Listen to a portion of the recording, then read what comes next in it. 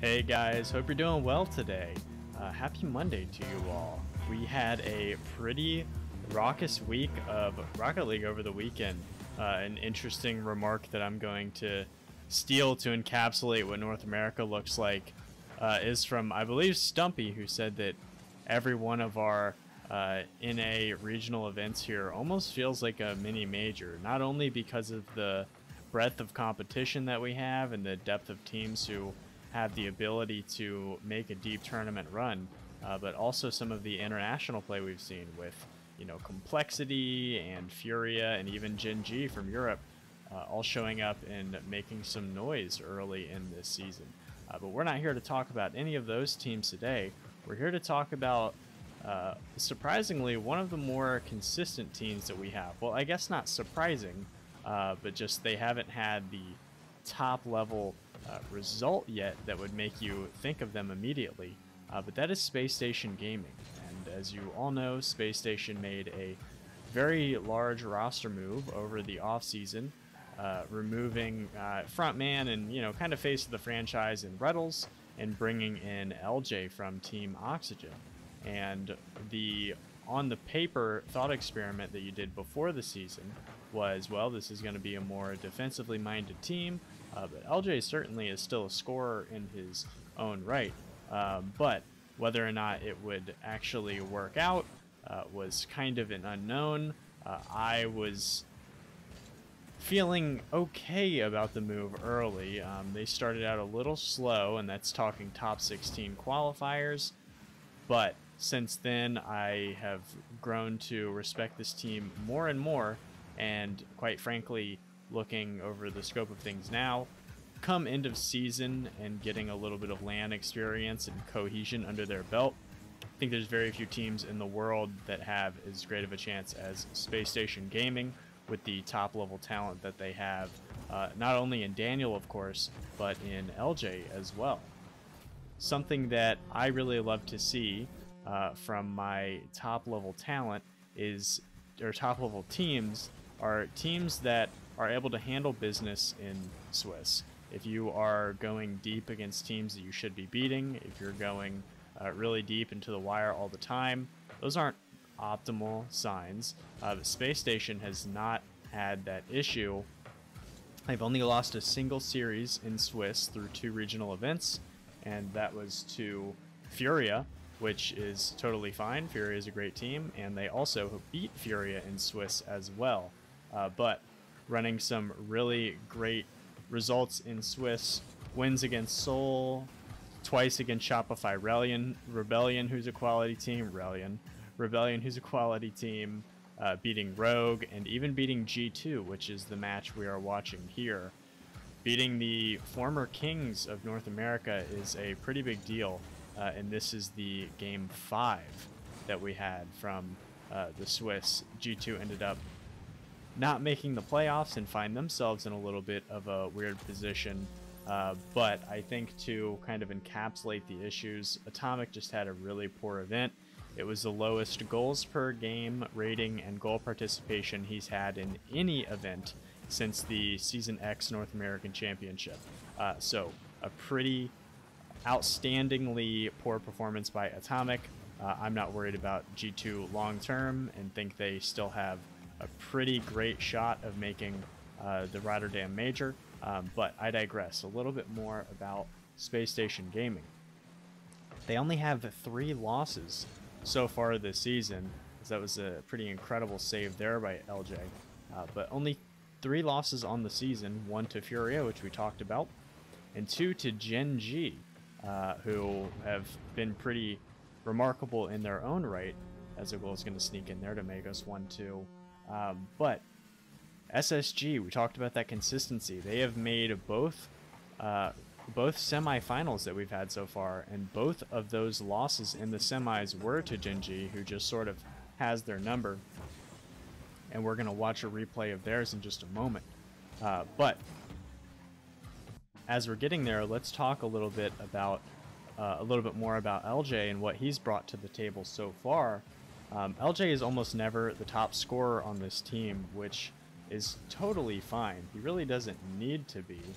He absorbs a lot of gravity, though, on the pitch. And what I mean by that is a lot of focus and attention needs to go to LJ when he gets on the ball, just because of how brilliant he is, not only in catching, but also in making plays in the air especially.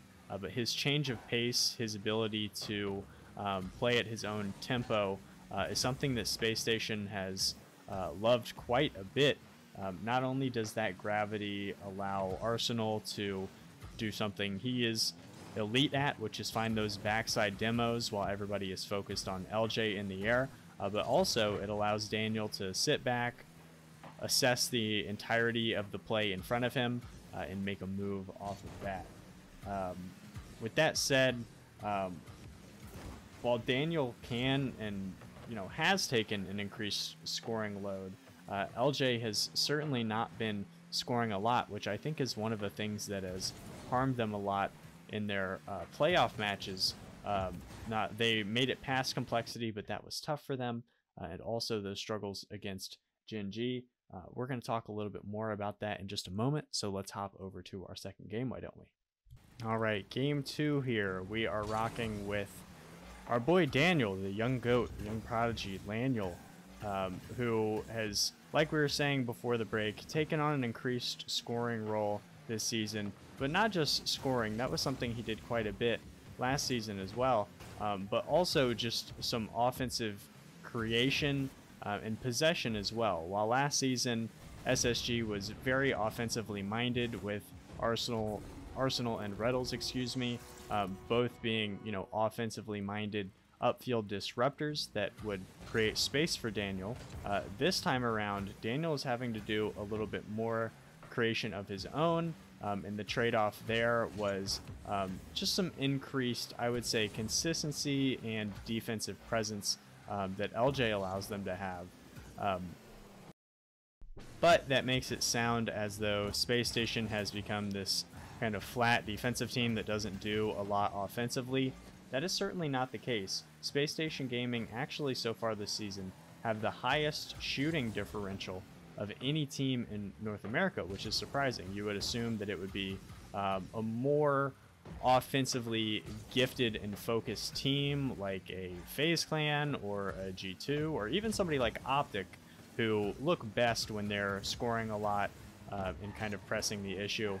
But no, Spacestation has a pretty commanding lead. They actually have a plus 63 shot differential, and to put that into perspective, FaZe only is a plus 29, which I was caught off guard by. That wasn't my assumption.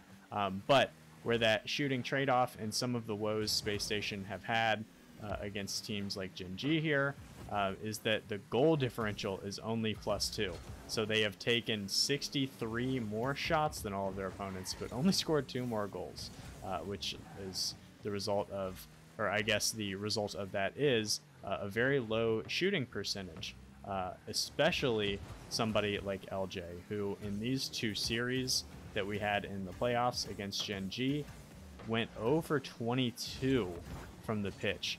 So is shooting quite a bit, but is unable to put one into the back of the net. And that's over 10 games. So he's been held scoreless over 10 games against Gen G, which is something that certainly will need to change, but I don't think is too much of an outstanding issue. It's probably just the result of the series itself. Now, some other things that I want to talk about with this matchup in particular, but also some of SSG's struggles, is it seems as though they can get a little lulled into not being able to score from time to time. Not only did we see it against Gen G, but also in their series right before this one against Complexity. They only scored a single goal in, I believe, 5 straight games, which is great. They are able to, score consistently, but they certainly need to score more. And specifically when we're talking about teams like this matchup against Gen G, a team that likes to get out and run, can score in bunches, especially with apparently Jack and Chronic, and I think I just said especially 6 times in a minute. But they need to be able to find more offense and have that come a little easier instead of relying so much on Daniel to be such a creator. And while LJ has been a really great connector for this team, he actually leads them in assists and was top 5 in this event in assists. It's not really helpful to pass the ball if nobody can put it in the back of the net. And I think diversifying the attack and having the jump scare demo right there on LJ, having LJ score a bit more will allow that gravity that he typically pulls to be amplified and more effective, so that teams have to focus on him. Almost a great shot there by LJ. We're on with Daniel. I confused myself. But overall, I think Space Station are a much more palatable team, and they are, I think, a more likely team to go far this season as opposed to last season. While I was a fan of the roster that they had with Retals, and that could have been crazy, but a little bit of a miss pass there by Arsenal.